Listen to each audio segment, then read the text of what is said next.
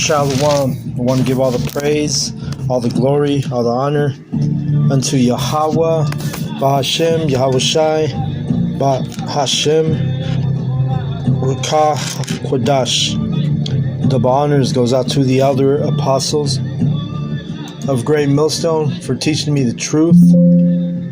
Also want to acknowledge all the Akim who are pushing the truth with sincerity throughout the four corners of the earth. And Shalom to the elect of the nation of Israel. This is Shabai from the GMS Denver camp. And I'm calling Salakia. I just got off work and I'm still acting like I'm making calls. But anyway, I'm going in on Job, the 3rd chapter. Okay? And just, through the Spirit, I started reading this chapter. And basically, when our elders are always telling us, and they've been telling us, when you become a part of this ministry, you got to be prepared to suffer, right?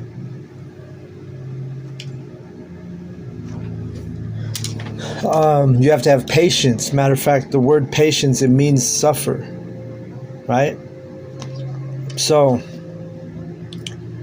it comes with the territory, man. You gotta, remember Yahweh has to, build us up as men. That word edify, it means to be built up. But you got to be built up in a spirit that's able to suffer. Okay. If you can't suffer, if you can't endure, then you're not gonna be, you're not gonna make it. I know we always tell you the scripture Isaiah 33:6, where it says, "Wisdom and knowledge shall be the stability of the times, and the strength of salvation."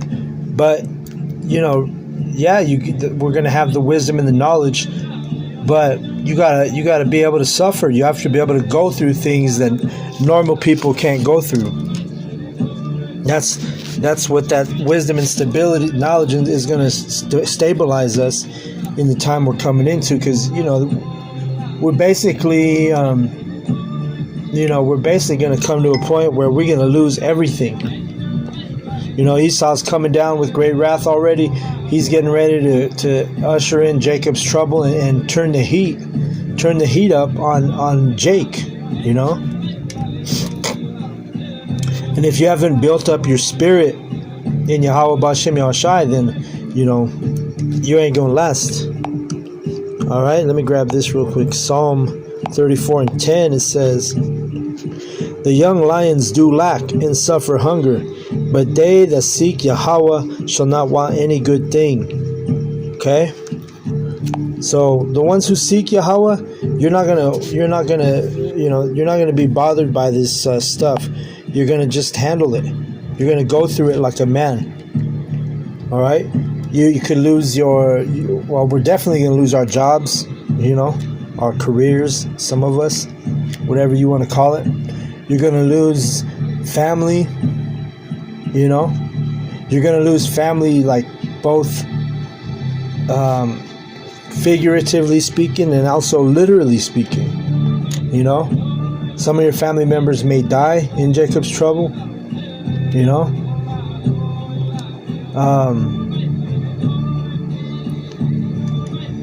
You have to get used to being able to suffer, being able to endure hard times. It's like in the military, they break you down just to build you up. That's the same thing Yahweh, Bahashem Yahushai, He's doing to us. He's going to break us down to build us up. And how do we do this? Is by taking heed to the Word. We study. We read, which is studying.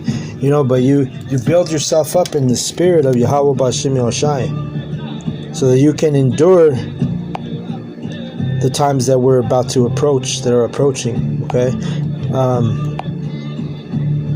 let me go ahead and that's what triggered me to do this lesson, is because the prophet Job, he was going through all kinds of hell, catching all kinds of hell, losing children, losing his health, losing everything. He lost everything.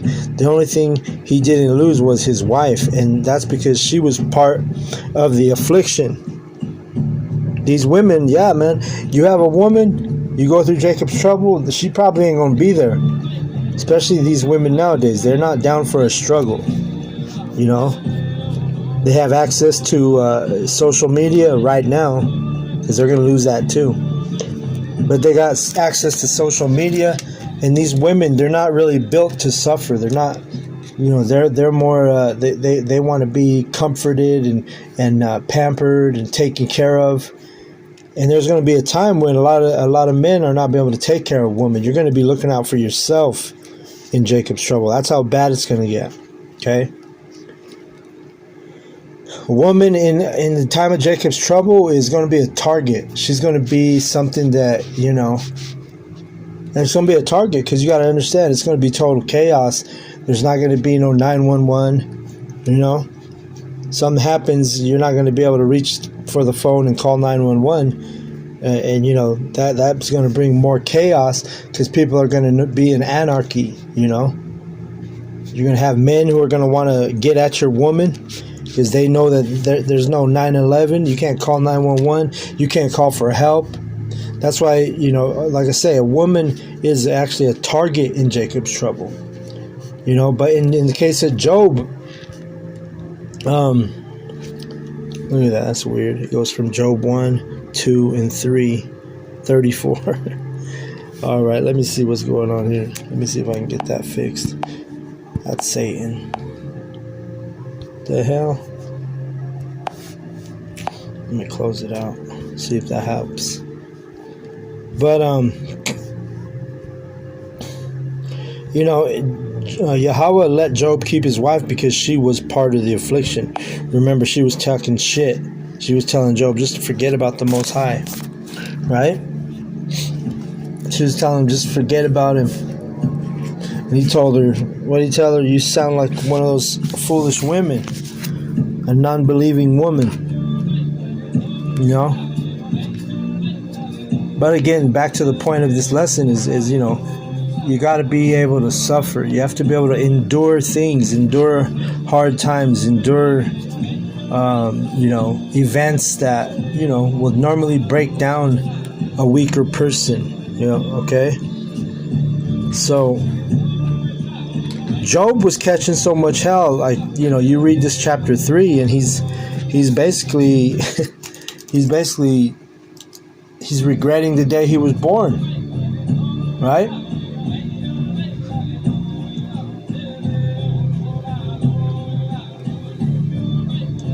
But you do got to remember that Yahweh, he's got us, you know. You can't forget about that. Yahweh has the man of the Lord. He's going to hold us down in the spirit. And if you're of the elect, you know, you're going to have a spirit of endurance. You're going to be able to get past and overcome whatever trials and tribulations are put in front of you. Okay? Let me grab this precept real quick. Psalm 9. No. Let me see. Yeah, Psalm 9:13. It says, have mercy upon me, O Yahweh. Consider my trouble, which I suffer of them that hate me. Thou that liftest me up from the gates of death. Okay? So you got to remember, Yahweh, like it says, he don't put you nothing that you can't, you know, overcome, and nothing you can't handle. That's what it is. You got to remember that. You can't forget that. You see? And it says, have mercy upon me, O Yahweh, consider my trouble, which I suffer of them that hate me. We got a lot of haters. This whole world hates us. You know? The only ones that are not going to hate us are the elect, and that's a much smaller number than the 2/3 in the heathen. So you got to, you know, if you're all about people pleasing and you're a yes man and you're worried about what other people think, then this is not your profession. You know, this is not your business. Being in this knowledge, being in this truth. Okay. Oh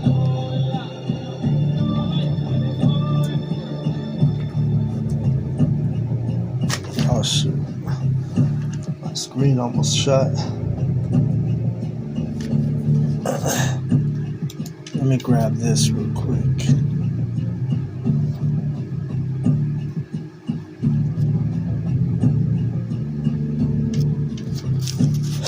Let's see. And I'm going to read this Job 3 because in this chapter he's basically he's suffering so much that he's at the point where he's regretting the day he was born. Okay? Let me see.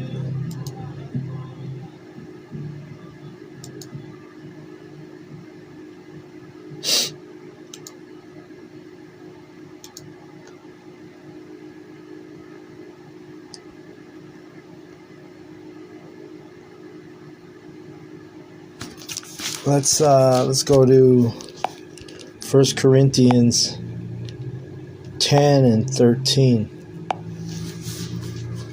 It says, "There hath no temptation taken you, but such as is common to man. But the Most High is faithful, who will not suffer you to be tempted above that ye are able, but will with the temptation also make a way to escape, that ye may be able to bear it." Okay? So that's for the elect. The elect will be able to escape.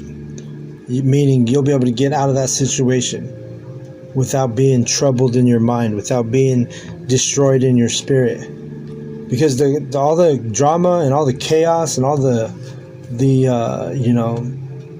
bad things that are coming to America, these people are not going to be able to overcome. They're not going to escape. It's going to bring them mental troubles, the mental illness. They're going to have spirit of depression and suicide.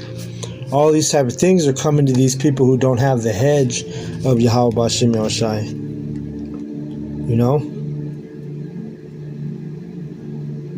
Because you got to understand, when minor things happen to these people, they get crushed in their spirit.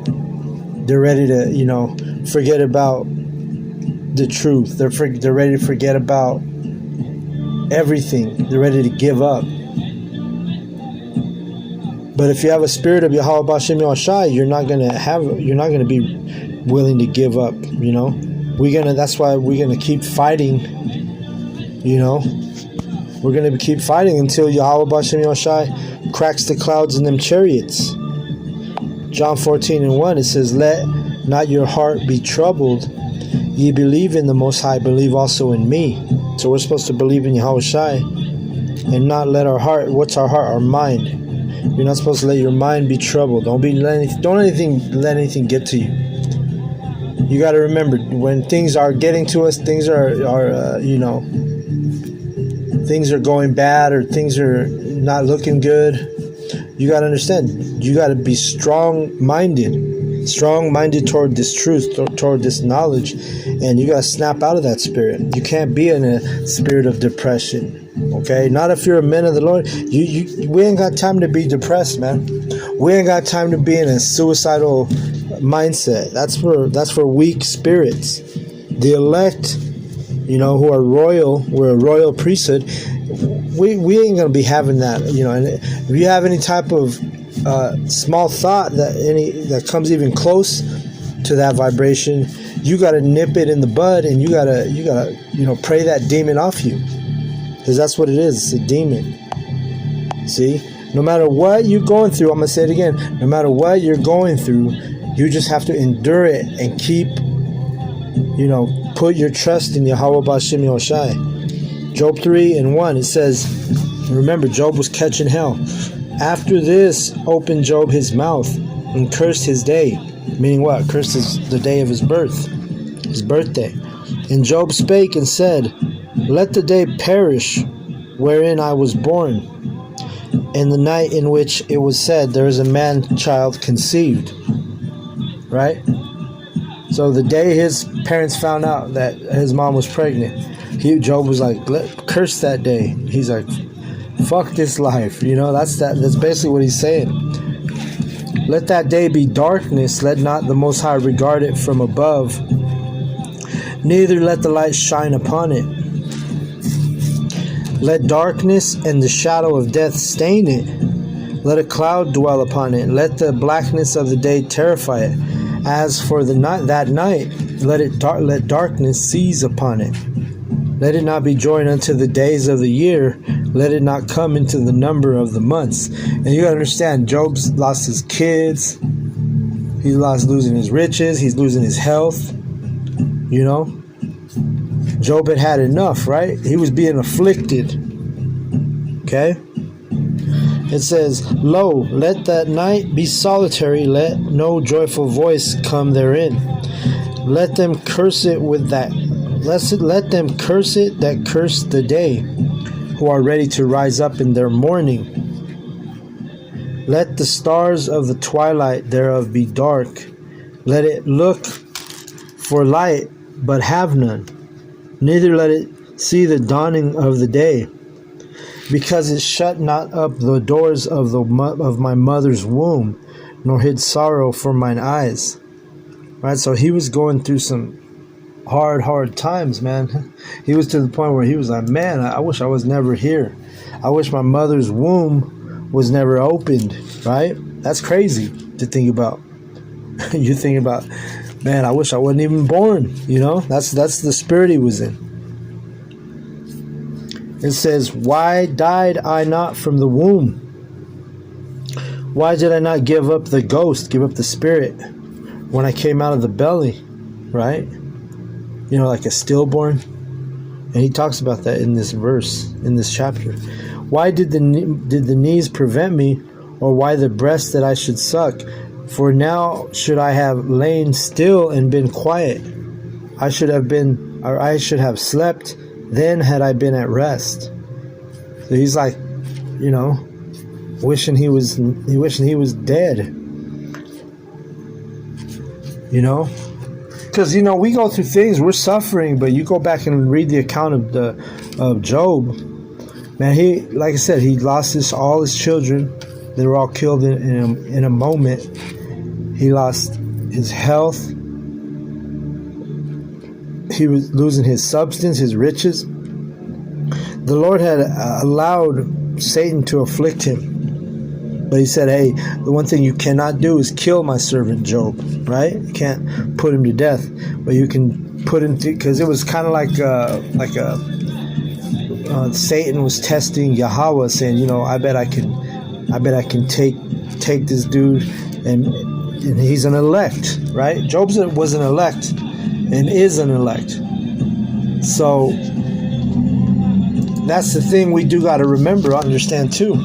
Because if you fall out of this truth, or if you decide to do some crazy shit like, you know, kill yourself, and I know brothers ain't in that spirit to, you know, put themselves down and things like that, but, you know, mainly if you fall off this truth because of the world, then you were never of the elect. You were never a part of this truth.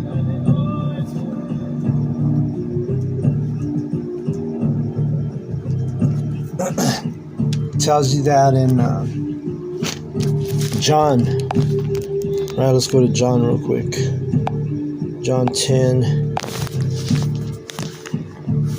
It says, actually, you know what? Let me see something real quick.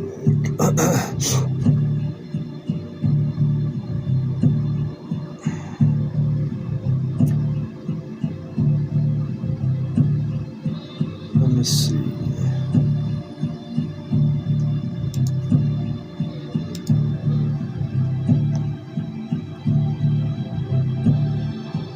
Oh shit, I'm tired, man. I don't know why.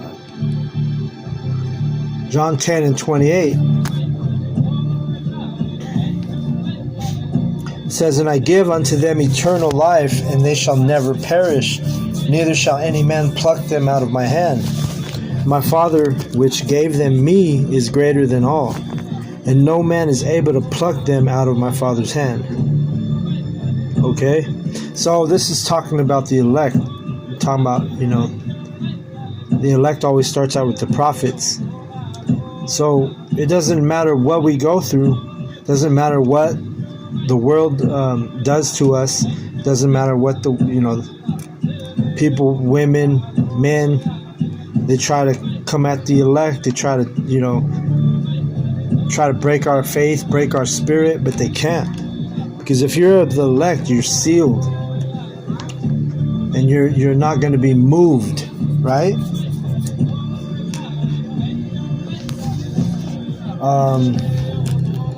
And it says here, you're never going to get plucked out of the Father's hand, meaning you're never going to fall out of this truth.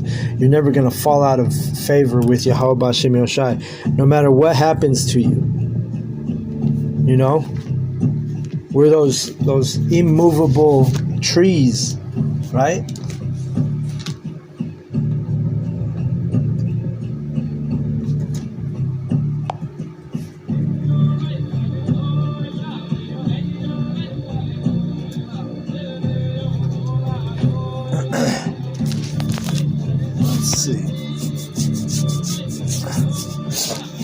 Let's grab this real quick. 1 Corinthians 15, the last verse. It says, "Therefore, my beloved brethren, be ye steadfast, unmovable, always abounding in the work of Yahweh B'Shem Yahushai. For as much as ye know that your labor is not in vain in Yahweh B'Shem Yahushai," meaning it's not useless. There's a profit to this. There's a reward for being the elect. Okay? So if you're of the elect, you're not going to be, you're immovable, all right? There's nothing that anybody or anything can happen or can do to pull you out of this knowledge, pull you out of this faith. The elect are the elect, all right? Nothing is going to move you if you're the elect. Nothing is going to shake you. Nothing is going to, nothing's going to take you out of this truth if you're the elect. The elect has been preordained, predestinated from the beginning. And the elect have a spirit of endurance. Okay? We can endure anything.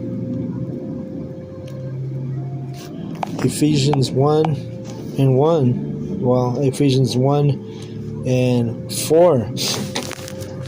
It's talking about the elect right here. "According as he hath chosen us in him before the foundation of the world, that we should be holy," meaning separate, "and without blame before him in love, having predestinated us unto the adoption of children by Yahushua HaMashiach to himself, according to the good pleasure of his will." Okay? So we're predestinated. We've been chosen before the foundation of the world. No man can pluck us away from the Father's hand. We're immovable. Our faith is immovable. See? If you're of the elect, man, you're a bad boy. Like they say in the world, you a bad boy. Hey, that's a bad boy right there. That's what they say about the elect, the ones who know. That's a bad dude right there. Why? Because you're immovable. Nothing can pluck you out the Father's hand. And it's been that way since the beginning. It's just that we had to come into remembrance and remember who we are. Like there's movies on that. Those type of storylines. Like the ones that come to mind is the cartoon. And they made an animated movie, The Lion King. Remember Simba? He had to remember who he was. And once he remembered who he was, he realized he realized who he was. How about that movie? It's an old movie. What's it called? The Last Dragon, right? With Bruce Leroy. Remember, he had to figure out who he was when the dude was dumping his face in the water. He was saying, "Who's the master? Who's the master? Who's the master?" And then when he popped up like the third or fourth time, he said, "He's all, I am." And then he started, he got into that. He had that spirit on him. I might have to go watch that movie. That was a good movie. The Last Dragon. That was a bad movie. But he had to remember who he was. He came in. So that's us. We came back into this knowledge, into this truth. the elect, starts out with the prophets, and we remember who we are. And remember, if you're the elect, man, you ain't nothing to be played with. Because guess what? You belong to Yahweh Ba'Shem Yahushai, and you are his chosen vessels, not only to teach his word, but to endure forever, no matter what comes our way. All right? We can't be shook if we're the elect, man. Nothing can shake us. Nothing can shake us. Nothing can quake us. Nothing can take us. We are the elect. You know, you got to put on that. You got to put on that. You got to put on as the elect, right? Let's grab that. You got to own it, being the elect. Okay. You don't have no time to be in a spirit of suicide or depression or throwing yourself a pity party. You know what I'm saying? It's not the spirit of the elect. It says, Colossians 3:12, put on therefore as the elect of the Most High, holy and beloved, spirit, separate, right? Holy and beloved, bowels of mercies, kindness, humbleness of mind, meekness, long suffering. And that's what we're doing. You're going to suffer in this knowledge. You're going to suffer in this ministry. That's a part of being the elect, to suffer. But guess what? Just because we suffer, it doesn't mean that we become a weak individual. It doesn't mean we fall out the truth. It doesn't mean we stop doing the work. It doesn't mean that we get moved. No, if you're the elect, you're that tree planted by the river, right? Well nourished. Right? A well-nourished tree is immovable. Right? A well-nourished tree, it gives off good fruit. Right? It says, this is talking about the elect right here. Psalm 1:1. Blessed is the man that walketh not in the counsel of the ungodly, nor standeth in the way of sinners, nor sitteth in the seat of the scornful.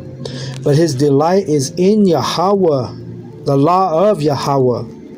And in his law doth he meditate day and night. And that's another characteristic of the elect. And that's another reason why we're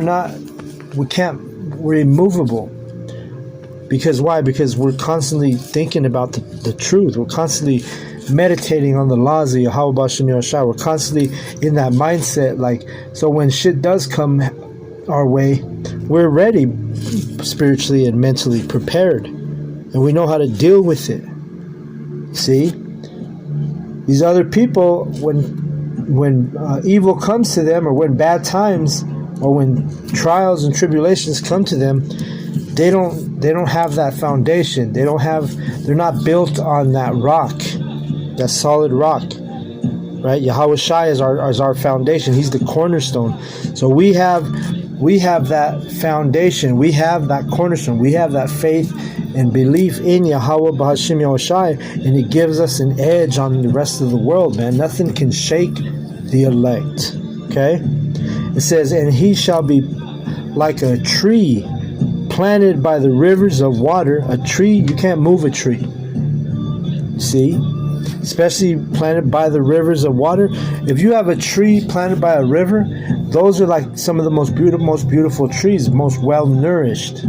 And that's what the men of Yahweh Ba'Shem Yahushua, we're likened unto a tree planted by the river of water, living water, that bringeth forth his fruit in his season. His leaf also shall not wither, and whatsoever he doeth shall prosper. You see that? But the ungodly are not so, but are like the chaff which the wind driveth away. So if you're the ungodly, you ever see one of them trees in the desert? It's about ready to just, you break a twig that's got twigs, the branches are thin and weak, and you just barely touch it and it snaps. That's the ungodly. They're blown in the wind. You take that twig, you break it in half, and then the wind can just blow it away. That's how weak these people are that are not of the elect, especially in the times that we're coming into, where it's going to get crazy out here. You see? But let's keep reading.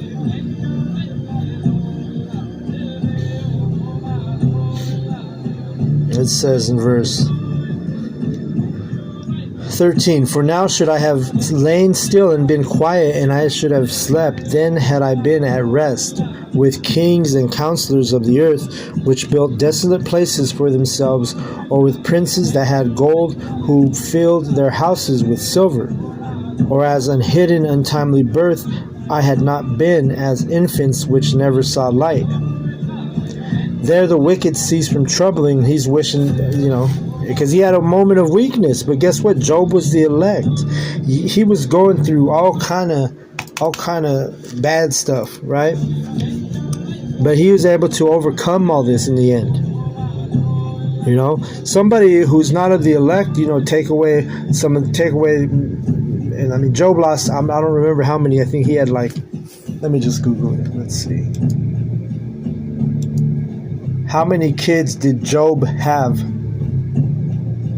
Let's see. 20 children. Okay, wait. He originally had 10. 7 sons and 3 daughters. So he lost 10 kids. When they weren't kids, they were adults, but they were his sons and daughters. And I mean, you see a person when they lose, a lot of times you see a person lose one child, and it crushes their spirit. It kills them inside and outside. Some people even die over just the death of one children. They die inside, and eventually they just wither away. Job lost 10 children. And I've seen that. I've seen when somebody loses their kid, and they give up on life, man. They bitter. You have people like that. People even say that shit. Oh, if I was to lose my kid, I would die. They would say those type of things. That's not a spirit of the elect. Because if you're the elect, we understand that we're going to get our kids back even when they die. As our kids die, guess what? We get them back in the kingdom. We're bringing them back. This is why part of the reason why this truth sets that up to comfort us, because we know the truth. We know what it is. Everything that happens around us, we know. We can explain it through the scriptures. Okay. What? Is there a chariot? I looked out the window. It looks like there's a chariot right out here. I don't know, man. It's behind the tree now. But anyway, we put on that as the elect, like I said earlier. We put on as the elect.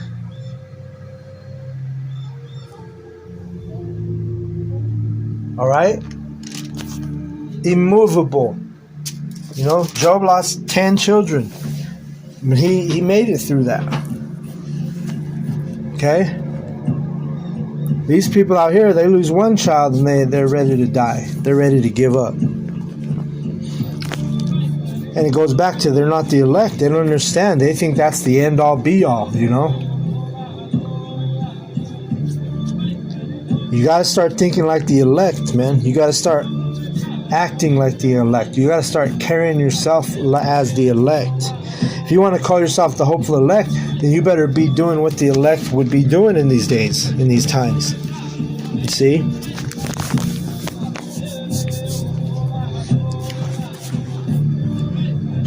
Let's see, where am I at? But this is Job. He's still talking about, dying.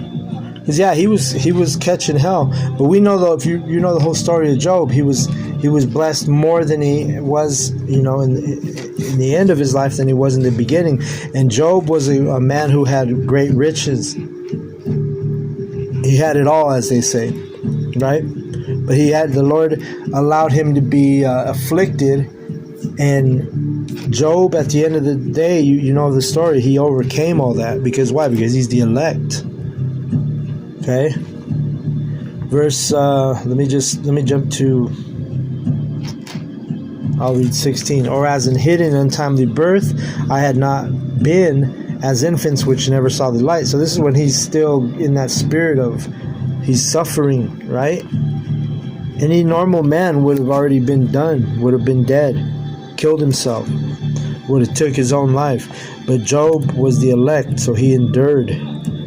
There the wicked cease from troubling, and there the weary be at rest. He's talking about when you die. The prisoners rest together. They hear not the voice of the oppressor. Right? And that's why it's when some of these 2/3 die, and we around us, they might be our family members or whatever, we know that, and that's where they get that term, oh, he's in a better place. Yeah, these people who are 2/3, when they pass away, when they die, we know what it is. So we're like, yeah, he's not hearing the voice of the oppressor no more. He's better off. He's better off. You 2/3 are better off dead, man. Because when you die, guess what? You know the truth. You know Yahweh B'Hashem Yahushai. It's the flesh that keeps you from knowing this truth and understanding this truth. Your spirit knows it, but it's your stubborn ass, hard-headed ass flesh that keeps you from the glory and the mercy of the Most High Yahweh B'Hashem Yahushai. Okay? Let's see, the small and the great are there, and servant is free from his master. Still talking about death.